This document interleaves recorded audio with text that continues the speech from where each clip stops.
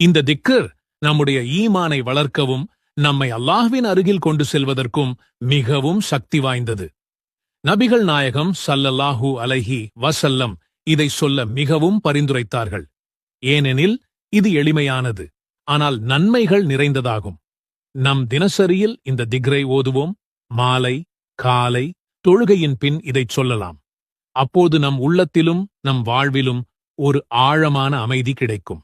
மேலும் இந்த திக்ரை எவ்வளவு அதிகமாக ஒருவர் ஓதுகிறாரோ அவ்வளவு அதிகமான மரக்கன்றுகள் அவருக்கு சுவர்க்கத்தில் நடப்படும். அந்த திக்ரை இப்போது பார்ப்போம்.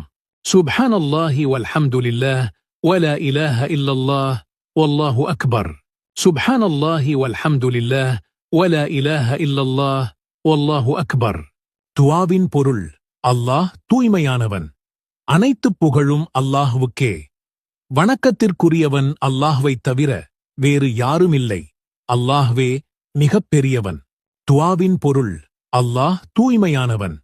அனைத்து புகழும் அல்லாஹ்வுக்கே. வணக்கத்திற்குரியவன் அல்லாஹ்வைத் தவிர வேறு யாருமில்லை. அல்லாஹ்வே மிகப் பெரியவன்.